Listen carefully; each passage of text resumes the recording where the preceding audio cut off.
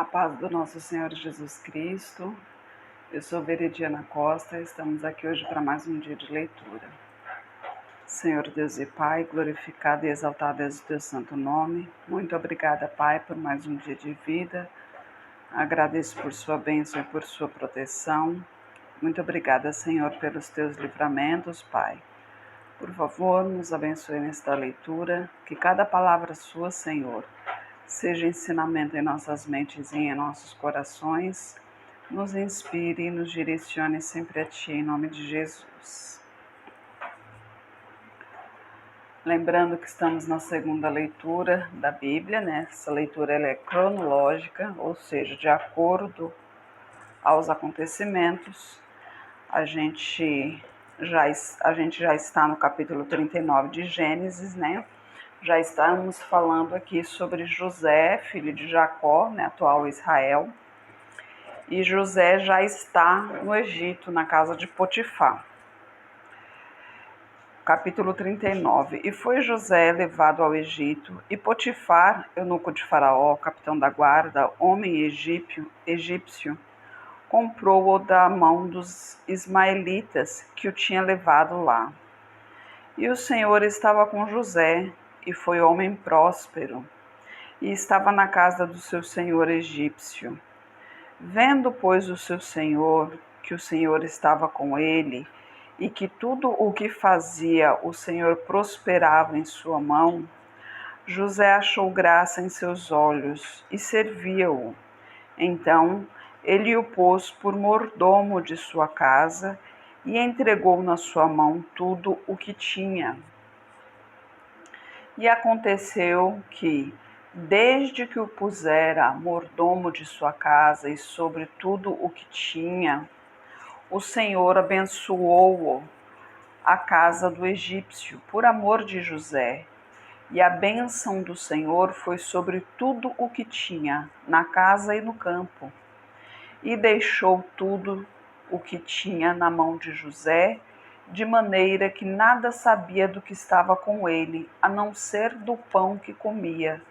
E José era formoso de porte e de aparência. Imagina só, né? José era um rapaz abençoado por Deus, né?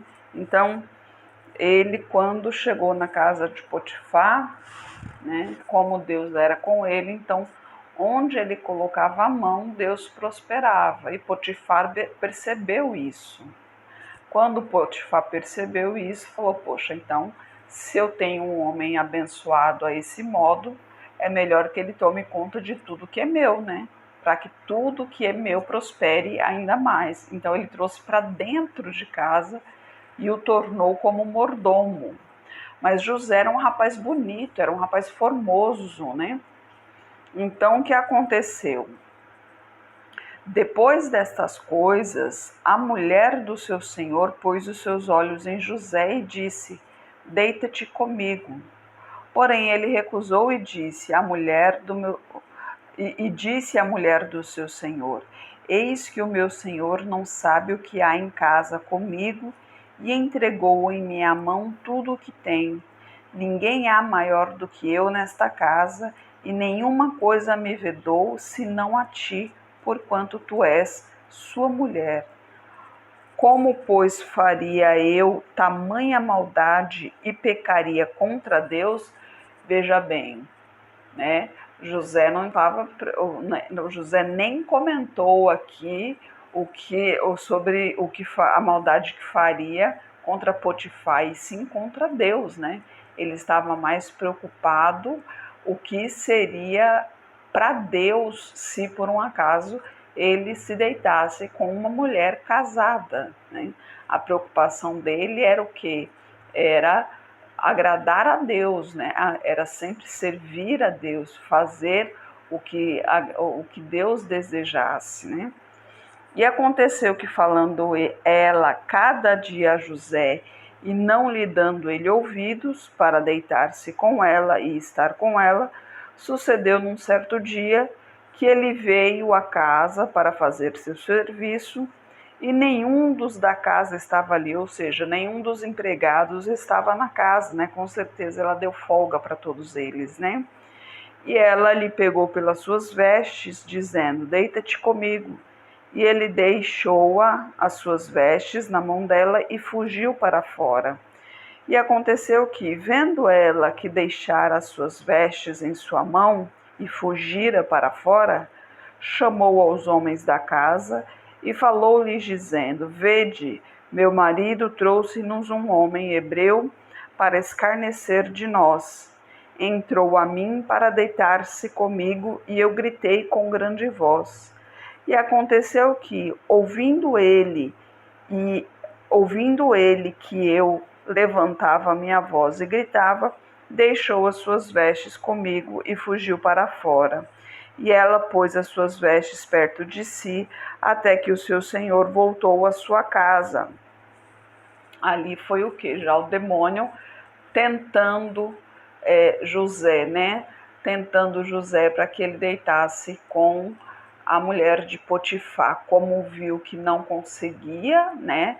Não conseguia ceder, que ele não cedia à tentação, então armou-lhe a cilada, né? Fez com que todos acreditassem que José tentou estuprá-la, né? Vamos dizer assim, né? Que é a palavra mais clara seria essa, né? Então falou-lhe conforme as mesmas palavras, dizendo: Veio a mim o servo hebreu que nos trouxestes para escarnecer de mim. E aconteceu que, levantando eu a minha voz e gritando, ele deixou as suas vestes comigo e fugiu para fora. E aconteceu que, ouvindo seu senhor as palavras que sua mulher falava, dizendo: Conforme estas mesmas palavras me fez teu servo, a sua ira se acendeu. E o senhor de José o tomou, ou seja, o senhor é o Potifar, né? E o entregou na casa do cárcere, no lugar onde os presos do rei estavam encarcerados. Assim esteve ali na casa do cárcere. O Senhor, Deus, né? Porém, estava com José e estendeu sobre ele a sua benignidade e deu-lhe graça aos olhos do carcereiro mor. E o carcereiro mor entregou na mão de José todos os presos que estavam na casa do cárcere, de modo que ele ordenava tudo o que se fazia ali. E o carcereiro mor não teve cuidado de nenhuma coisa que estava na mão dele, porquanto o Senhor Deus estava com ele, e tudo o que fazia o Senhor Deus prosperava. Na Bíblia não fala o Senhor Deus, só fala o Senhor. Só que a diferença entre Senhor, o onipotente, e Senhor, o homem, é que se escreve Senhor em relação a Deus, se escreve com letra, a primeira letra é maiúscula. Então, como eu estou lendo aqui, eu consigo ver a diferença, mas na leitura aqui não tem a diferença. Então, sempre quando falar Senhor, quando se referir a Deus, então eu vou falar Senhor Deus. Eu vou, apesar que Deus diz para não acrescentar palavra alguma em suas palavras, né? Ou seja, na Bíblia, mas eu colocarei o nome de Deus aqui só para poder não confundir na hora de ouvir, né? Porque Senhor para cá, Senhor para lá, às vezes pode dar um nó na cabeça. Até para mim que estou lendo aqui, acabou dando uma baguncinha aqui. Então, sempre quando falar Senhor se referindo a Deus, eu falarei Senhor Deus, né? Agora, quando falar Senhor se referindo ao homem, manterei como Senhor, tá bom, gente? Para ficar mais fácil, para não correr o risco de blasfemar contra o Senhor Deus, né? Porque afinal ele é onipotente, onipresente e onisciente. Ele é maior que todos, né? E maior que tudo. E para ele toda honra e toda glória. Então, o Senhor Deus estava sempre com José. E Deus viu, obviamente, que José não tinha culpa alguma no acontecido. Então, como José foi preso, obviamente Deus também o protegeu ali e fez com que o carcereiro também gostasse dele, né? E é como a palavra de Deus diz: tudo coopera para o bem daquele que crê. Aí no capítulo 40, José interpreta sonhos na prisão. E aconteceu, depois destas coisas, que o copeiro do rei do Egito e o seu padeiro ofenderam o seu senhor, o rei do Egito. E indignou-se Faraó muito contra os seus 2 eunucos, contra o copeiro Mor e contra o padeiro, e entregou-os à prisão na casa do capitão da guarda, na casa do cárcere, no lugar onde José estava preso. Agora, eu não sei se... Acho que aqui ainda vai comentar o porquê que ofendeu tanto. No caso aqui parece que foi uma mosca que caiu no copo, coisas do tipo assim, mas para o rei aquilo ali era uma ofensa tremenda, digno de morte, né? Aliás, digno de prisão, e tinha o dia da execução, né? O dia do julgamento, que no dia do julgamento ele decidiria se seria morto ou não, se seria executado ou não, para você ver como que era, como que eram as coisas naquele tempo, né? E isso as pessoas que não serviam ao Senhor, né? Porque as que serviam ao Senhor, até esse momento aqui, não, acho que não falavam, não tinham ainda falado sobre as leis ainda, porque as leis vieram através de Moisés, né? E a gente continua aqui. Entregou-os na prisão, né, onde José estava preso. E o capitão da guarda pô-los a cargo de José, para que os servisse. Assim estiveram muitos dias na prisão, e ambos tiveram um sonho, cada um seu sonho na mesma noite, cada um conforme a interpretação do seu sonho. O copeiro e o padeiro do rei do Egito, que estavam presos na casa do cárcere. E veio José a eles pela manhã, e olhou para eles e viu que estavam perturbados. Então perguntou aos eunucos de Faraó com que eles estavam no cárcere da casa de seu senhor, dizendo: por que estão hoje tristes os vossos semblantes? E eles lhes disseram: temos sonhado um sonho e ninguém há o que interprete. E José disse-lhes: não são de Deus as interpretações? Contai-mo, peço-vos. Então contou o copeiro Mor o seu sonho. E José disse: eis que meu... Não, então contou o copeiro o seu sonho a José e disse-lhe: eis que em meu sonho havia uma videira diante de mim, e na videira 3 brotos, os quais, brotando a sua flor, saía, e os seus cachos produziam uvas maduras.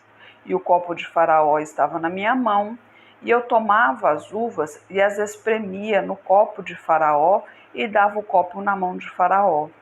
Então disse-lhe José: esta é a sua interpretação. Os 3 sarmentos são 3 dias. Dentro de 3 dias, Faraó levantará a tua cabeça e te restaurará ao teu estado, e darás o copo de Faraó na sua mão, conforme o costume antigo, quando eras seu copeiro.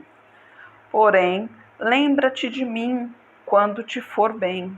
Rogo-te que uses comigo de compaixão e que faças menção de mim a Faraó, e faze-me sair desta casa, porque de fato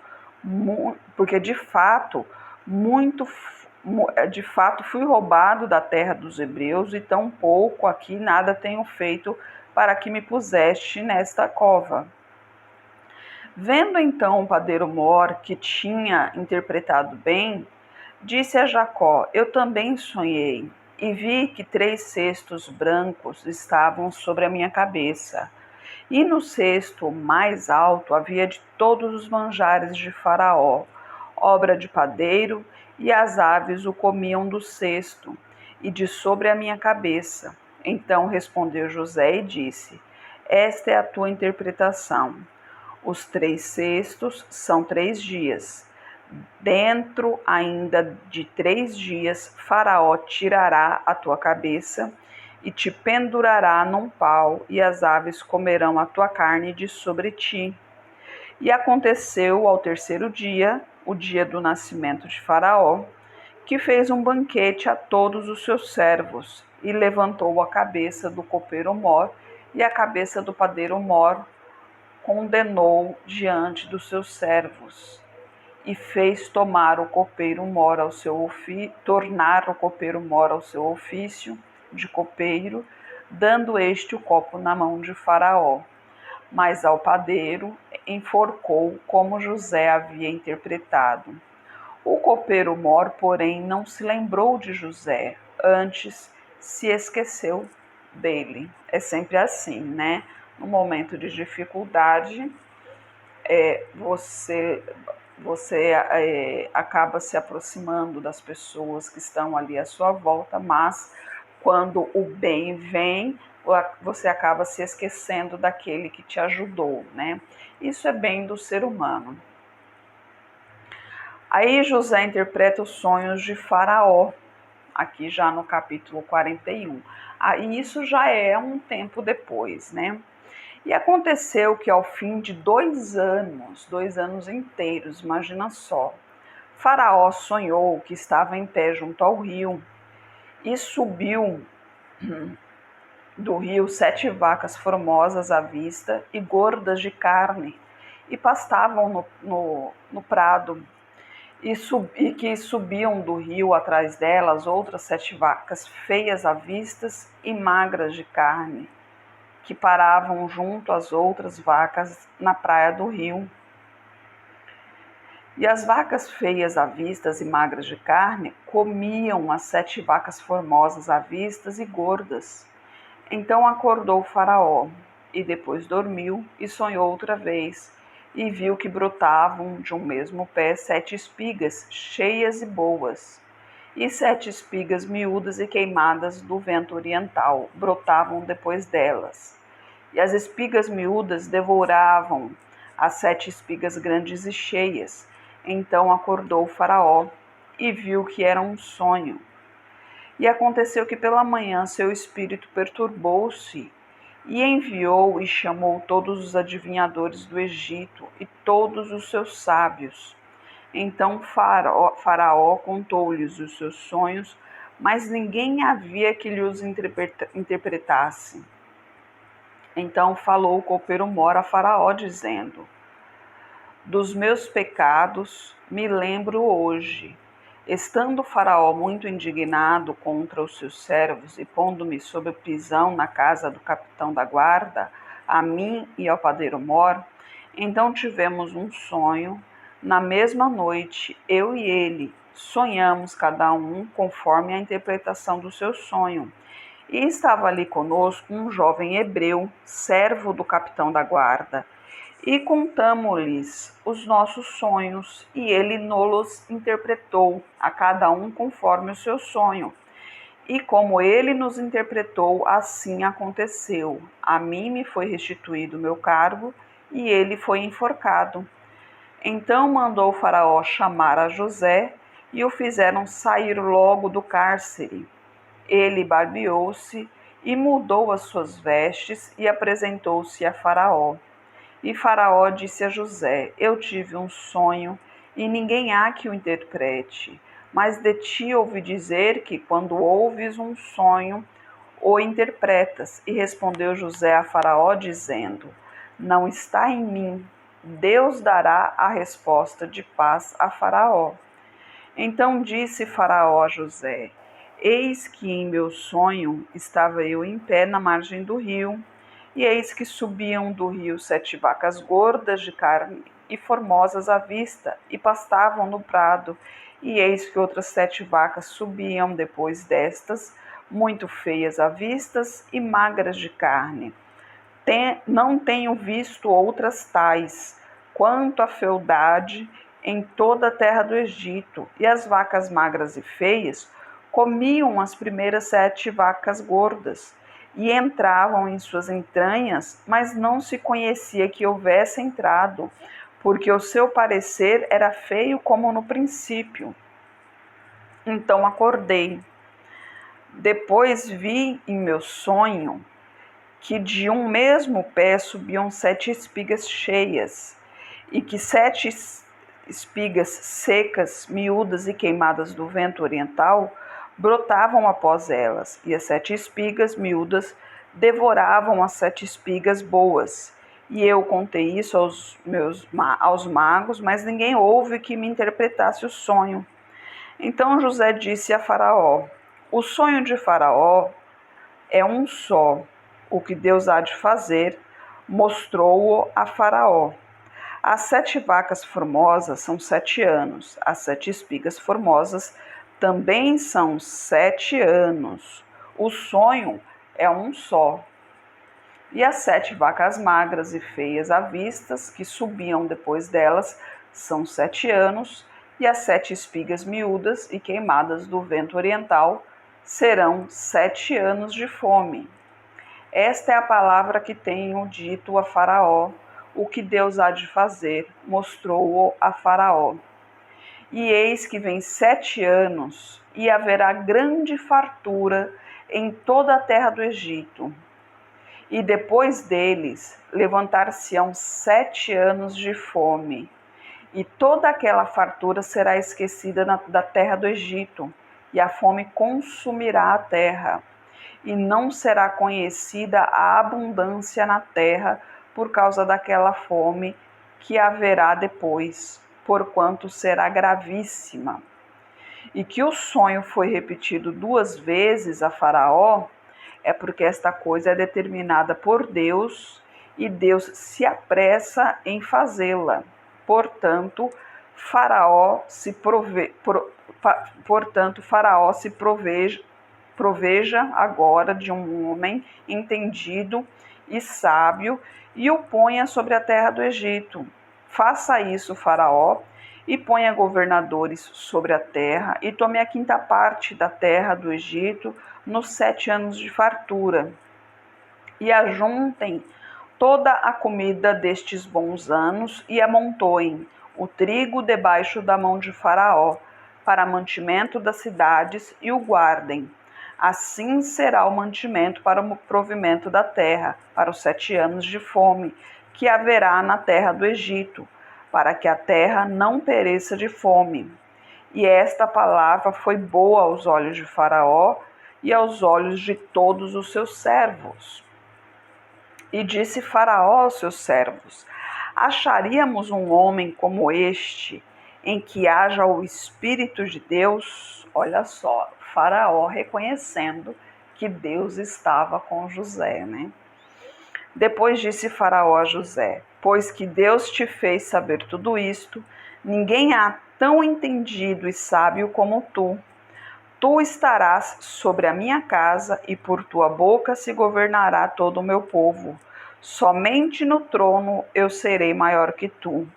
Disse mais Faraó a José: vês aqui, te tenho posto sobre a terra do Egito. E tirou o Faraó o anel da sua mão e o pôs na mão de José, e o fez vestir de roupas de linho fino, e pôs um colar de ouro no seu pescoço, e o fez subir no 2º carro que tinha, e clamavam diante dele: ajoelhai. Assim o pôs sobre a terra do Egito. E disse Faraó a José: eu sou Faraó, porém sem ti ninguém levantará a sua mão ou seu pé em toda a terra do Egito. E Faraó chamou a José de Zafenate-Panea, e deu-lhe por mulher a Asenate, filha de Potífera, sacerdote de On. Então saiu José por toda a terra do Egito. E José era da idade de 30 anos quando se apresentou a Faraó, rei do Egito. E saiu José da presença de Faraó e passou por toda a terra do Egito. E nos 7 anos de fartura a terra produziu abundantemente, e ele ajuntou todo o mantimento dos 7 anos que houve na terra do Egito, e guardou o mantimento nas cidades, pondo nas mesmas o mantimento do campo que estava ao redor de cada cidade. Assim, ajuntou José muitíssimo trigo como a areia do mar, até que cessou de contar, porquanto não havia numeração. E nasceram a José 2 filhos, antes que viessem um ano de fome, que lhe deu a Asenate, filha de Potífera, sacerdote de On. E chamou José o primogênito Manassés, porque disse: Deus me fez esquecer de todo o meu trabalho e de toda a casa de meu pai. E ao segundo Efraim, porque disse: Deus me fez crescer na terra da minha aflição. Então acabaram-se os 7 anos de fartura que havia na terra do Egito, e começaram a vir os 7 anos de fome, como José tinha predito. E havia fome em todas as terras, mas em toda a terra do Egito havia pão. E tendo toda a terra do Egito fome, clamou o povo a Faraó por pão. E Faraó disse a todos os egípcios: Ide a José, o que ele vos disser, fazei. Havendo, pois, fome sobre toda a terra, abriu José tudo o que havia mantimento e vendeu aos egípcios, porque a fome prevaleceu na terra do Egito, e de todas as terras vinham ao Egito para comprar de José, porquanto a fome prevaleceu em todas as terras, né? Deus já era com José desde pequeno, né? Ninguém conhecia, aliás, José mesmo acho que não fazia ideia do que Deus havia preparado para ele, né? A gente não sabe aqui ao certo como foi a vida de José, aliás, os pensamentos de José durante o cárcere, mas embora ele tenha sido bem tratado lá na prisão, mas ele estava preso, tanto que ele pediu para o padeiro lembrar de falar dele a Faraó, né, quando ele voltasse para o posto dele, né? Por quê? Porque José queria ser liberto ali, mas isso não aconteceu na hora. Por quê? Porque tudo acontece no tempo de Deus e não no nosso, né? Com certeza José ainda tinha alguma coisa dentro dele ali que ele tinha que aprender, que ele tinha que entender. Deus tinha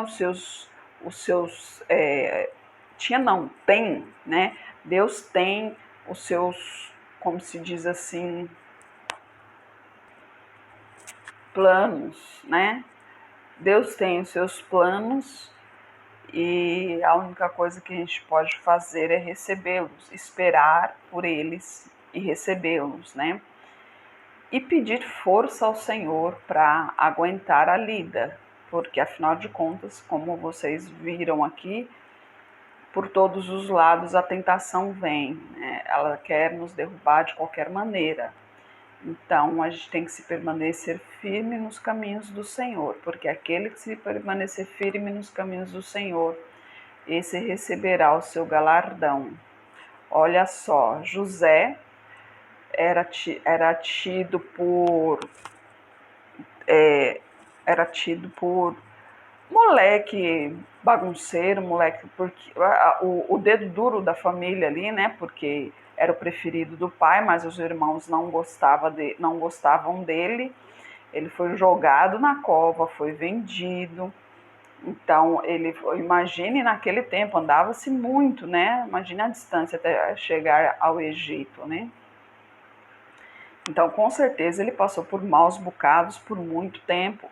Aqui ele já estava com 30 e poucos anos. Quando ele saiu da família ali, quando ele foi jogado na cova, ele era um adolescente ainda, né? Então, veja só, tudo aconteceu no tempo devido. Para quê? Para que no momento certo, José chegasse no Egito e, interpretando os sonhos de Faraó, ele pudesse governar o Egito e assim guardar alimentos para quando viesse a fome, ter alimentos não só para o Egito, como para todas as nações, né? Inclusive para a própria família dele, para os próprios israelitas, né? Que viriam, que a gente vai ver ainda, eles irão lá fazer compras ainda, mas é tudo um propósito de Deus, né? Então, aquele que anda nos caminhos do Senhor nunca é abandonado. Senhor Deus e Pai, glorificado e exaltado és o teu santo nome. Muito obrigada, Pai, por tuas palavras, por tuas mensagens, Senhor. Eu peço a Ti que esteja com essa pessoa que está orando comigo, Pai. Manifeste o Teu poder na vida dela, Senhor. Guie de acordo com a Tua vontade, Pai. Peço a Ti por toda a minha parentela, por toda a parentela de meu esposo. Derrama a Tua unção sobre cada um deles, Pai. Manifeste o Teu poder na vida de cada um e traga todos para o Seu caminho, Senhor. Peço a Ti pelos nossos governantes, pelas nossas autoridades, que os Teus anjos estejam guiando cada um deles de acordo com a Tua vontade, Pai. Peço a Ti pelos Teus filhos, Pai. Por favor, nos capacite cada vez mais para pronunciarmos cada vez mais o Teu Evangelho, Senhor. É o que eu oro em nome de Jesus. Amém. Que Jesus Cristo esteja em seu coração e que Deus abençoe.